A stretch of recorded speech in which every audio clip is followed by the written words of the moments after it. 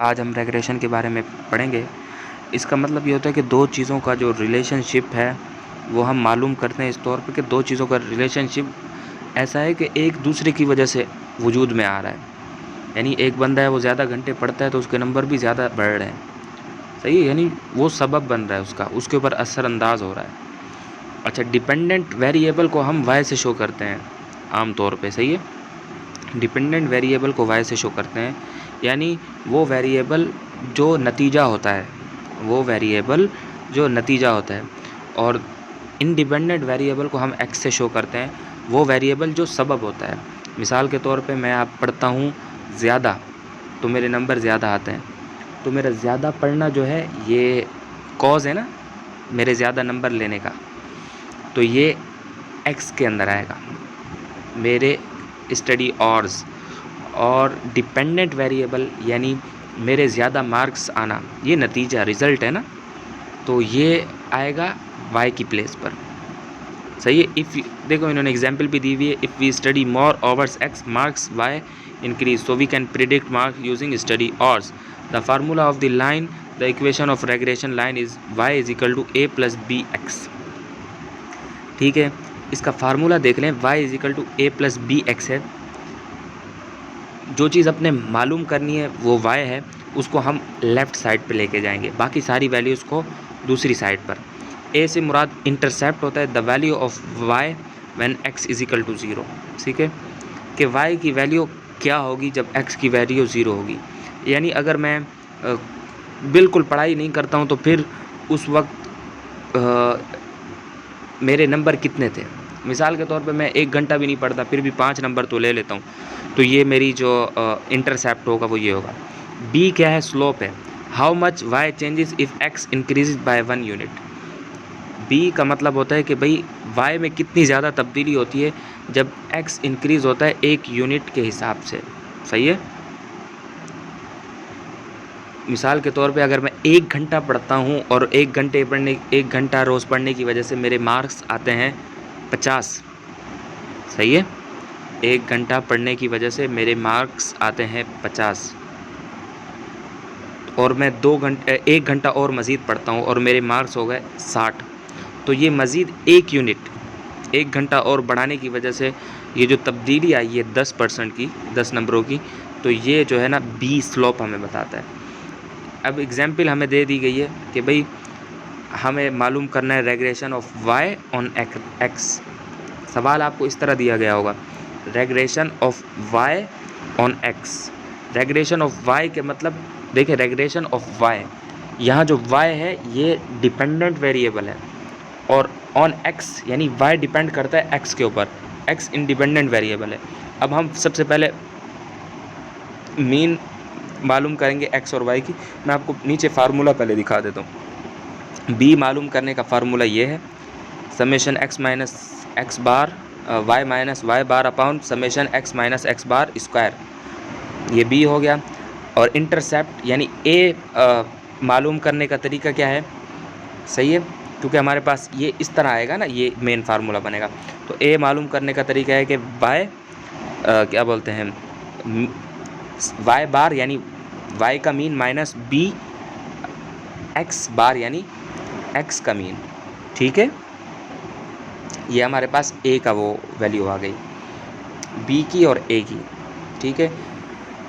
और याद रखिए कि इसके अंदर नीचे डिनोमिनेटर के अंदर एक्स आएगा, ठीक है, x minus X bar square आएगा। तो हम मालूम करते हैं, अब हमें एक्स की वैल्यूज़ दी गई हैं, वाई की वैल्यूज़ दी गई। इस तरह आपने टेबल सबसे पहले बनाना है, बहुत आसान है। एक्स वाई का टेबल बनाना है आपने और एक्स माइनस वाई का टेबल बनाना है, ठीक है। या फिर आप यूँ देख लें कि जो जो चीज़ें आपने मालूम करनी है उन सब का टेबल आप बना लें, ठीक है। एक्स माइनस वाई का टेबल आपने बना लिया और y माइनस वाई का टेबल बना दिया, क्योंकि ये फार्मूले में ये चीज़ें हमें चाहिए, y माइनस वाई और y माइनस वाई का मीन x माइनस एक्स का मीन, ठीक है। तो हमारे पास ये वैल्यू निकल आएंगी, x और y हमारे पास ये है और मीन हमने जो निकाला है वो हमारे पास x का मीन 5 है और y का मीन 55 है। तो अब देखें 55 में से आप माइनस करते हैं, हमारे पास x की वैल्यूज़ कितनी है 40 माइनस करते हैं तो -15 आ जाएगा। सही है, आप 40 में से 55 माइनस करेंगे तो -15 आ जाएगा। इस तरह आप 2 और 3 देख लें। 2 हमारे पास x की वैल्यू है और हमारे पास जो क्या बोलते हैं मीन है वो 5 है। तो 5 माइनस किया तो उसमें से हमारे पास 2 में से 5 माइनस किया तो -3 आ गया। इस तरह x की सारी वैल्यूओं से हम माइनस करेंगे x मीन और y की सारी वैल्यूओं से माइनस करेंगे y मीन, तो हमारे पास ये आंसर आता जाएगा। ठीक है,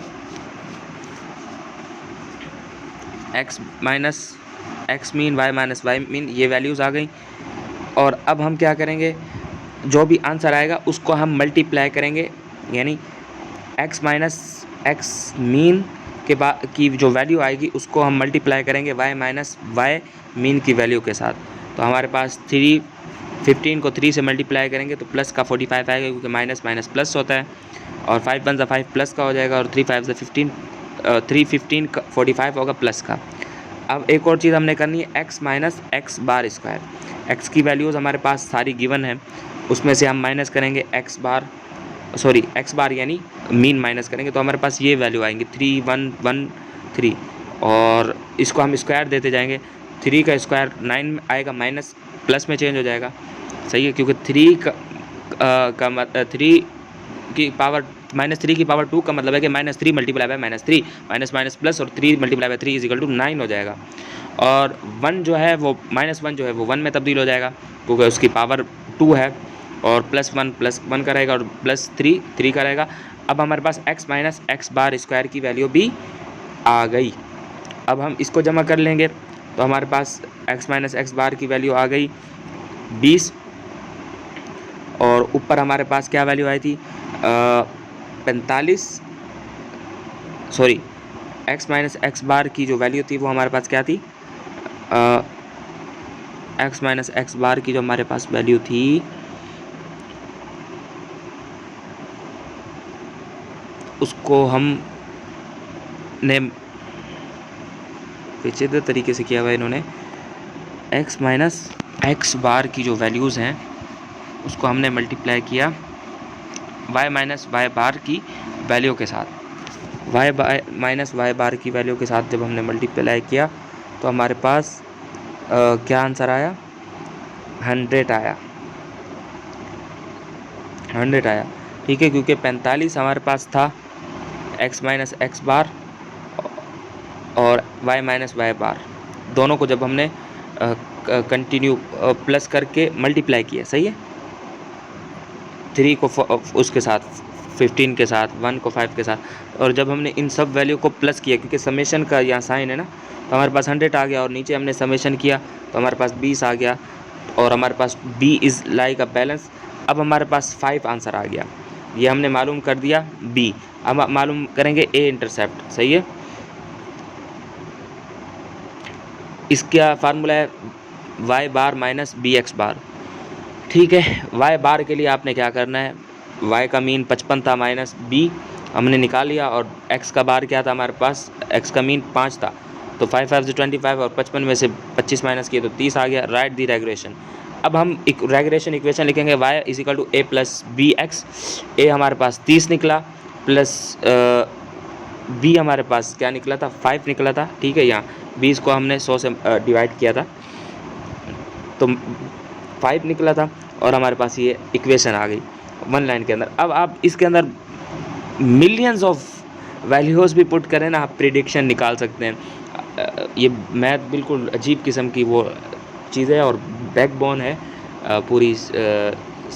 पूरी नेचुरल साइंसेस की बैकबोन है। तो अब आप इसके अंदर अरबों सालों की भी वैल्यूज़ निकालना चाहें, प्रिडिक्ट करना चाहें तो आप कर सकते हैं। मिसाल के तौर पे अब मैं ये मालूम करना चाह रहा हूँ कि भाई 30 + 5x, मिसाल के तौर पे मैं अब एक घंटा पढ़ता हूँ, क्या each hour increase in study times adds 5 marks to the score.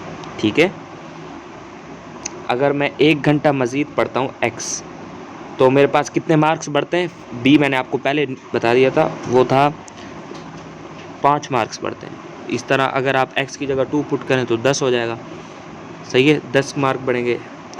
और शुरू में बग़ैर मेहनत के 30 नंबर ले रहा हूँ, और अगर उसमें 1 घंटा पढ़ाई का ऐड करते हैं तो ये बन जाता है 5 नंबर बढ़ते हैं। और इस तरह अगर हम 2 घंटे बढ़ा देते हैं तो फिर हमारे नंबर बन जाएंगे 10, और अगर 3 घंटे तो फिर उस हिसाब से 15 बन जाएंगे। तो इस तरह प्रेडिक्शन जो है ना निकाली जा सकती है। If someone studies 7 hours predicts marks is equal to, अगर कोई बंदा 7 घंटे पढ़ता है तो फिर कितने मार्क्स निकालने होंगे, तो 5 को हम 7 से मल्टीप्लाई करेंगे तो 35 आ गए, और 30 में अगर हम प्लस करेंगे 35 तो हमारे पास 65।